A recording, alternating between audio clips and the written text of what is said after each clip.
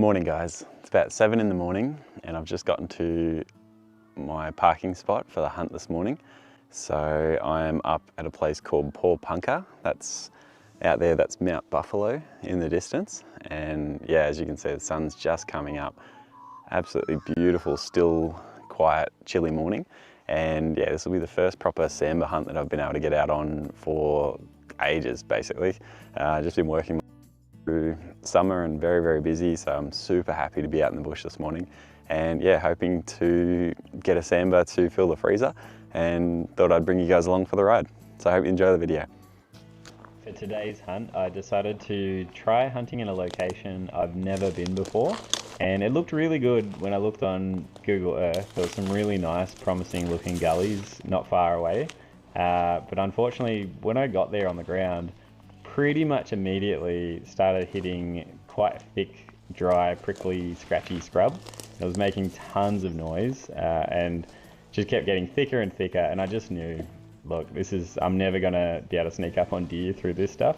And so when this happens, which happens a fair bit when you're hunting, I like to try and back out and actually head higher, because in my experience, at a certain elevation, this type of scrub thins out quite a lot and opens up into some really nice country.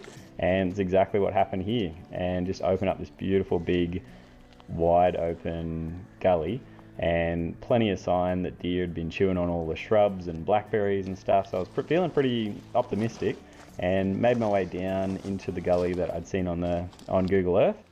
As I was stalking down the valley, I heard some kind of large animal shuffle in the dry undergrowth just up ahead.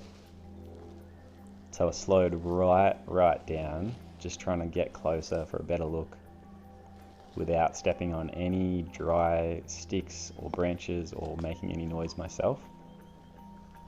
As I was looking through the scope, I could see that there was a Sam behind.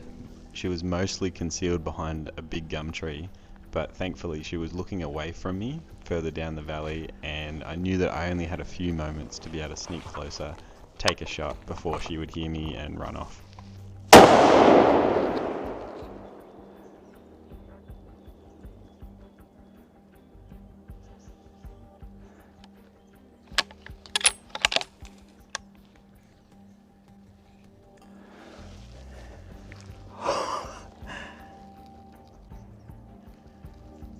I think I don't know if you guys can see this at all on the camera or not. I haven't got my good long distance camera on me, I've just got my little GoPro thing.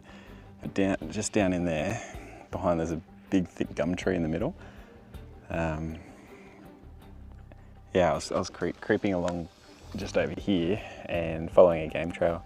And I heard a little sound of like leaves and bark and stuff scuff on the ground, and it sounded too big to be a wallaby or anything else.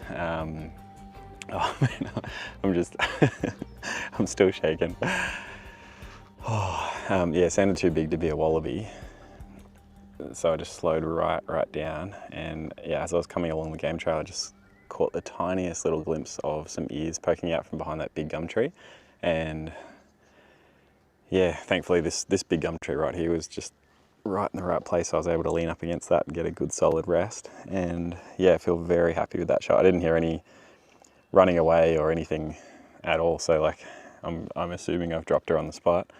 Yeah, so I'm gonna sit quietly for 5 minutes and then head in and see if I can find her. There she is. You can see the big brown belly.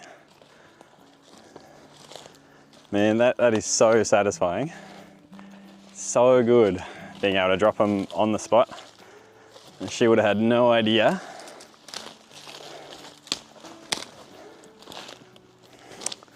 Look at that. Beautiful big Sambar hind. Well, I could not be happier with that result, guys. She's just dropped exactly where she was standing when I took the shot. And so, yeah, for me being able to come out here and hunt and bring home a whole bunch of venison without causing too much pain or suffering to the animal that I'm taking it from, that's perfect for me. And I think that actually being a hunter, you have the opportunity to be able to feed yourself, feed your family and friends with about the minimum amount of suffering I could ever imagine for any animal. If you go to Coles, Woolies and buy beef, lamb, pork, chicken, etc. It's all coming from, you know, industrial farms and stuff. And, you know, I'm sure some of them try their best to do the right thing animal welfare wise, but you know, if I had the choice of being a farm-raised animal that had to go through a slaughterhouse and all of what that entails versus being a completely wild Sambar deer that gets to live out here in the bush for its entire life, and the only element of suffering is the half a second of a bullet passing through me before I'm out. I know which one I would pick, so I feel very happy about this. And I'm gonna process this girl, pack it all back out to the car, get it all home, and I'm thinking I might actually have a go at doing a bit of a cook-up, but share a little bit of what I like to do when it comes to actually cooking venison. And yeah, now the real work begins.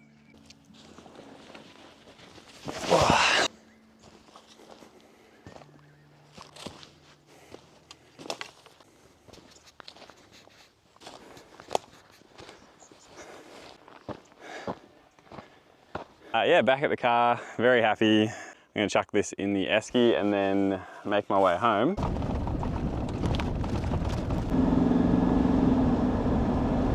I've made my way down to this little spot near where I live. It's called Bates Dam, and it's just outside of Beechworth.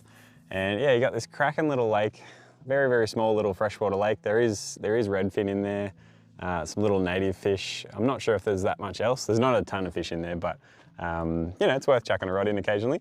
And yeah, just got a little picnic table, a little fire pit, and I've got it all to myself, to the exclusion of my tiny little intrepid explorer dog, Noel, who's going to be keeping me company. And yeah, I thought I would come up here and do a little cook-up with some of the venison that we got this morning.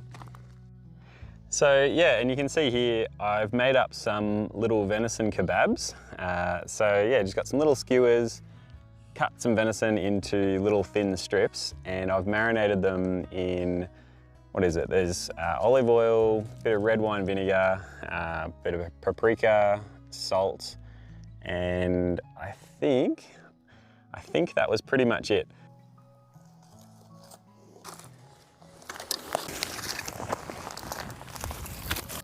Yeah, so all I've done with these things is, yeah, just your basic barbecue skewer, cut the meat nice and thin, and yeah, marinating them and just chuck them on.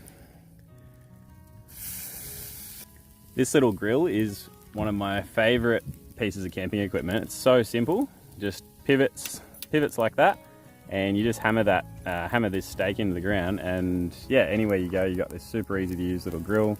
It's got a little knob here, you can adjust the height really easily, and yeah, it's just perfect for camp cooking because you can just get it exactly where you want it in relationship to the fire.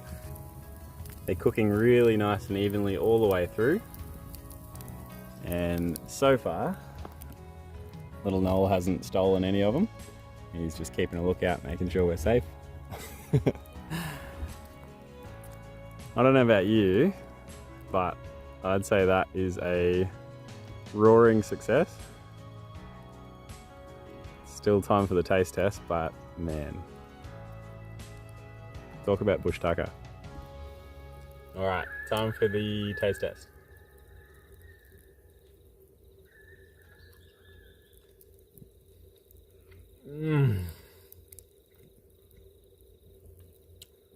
That is absolutely phenomenal.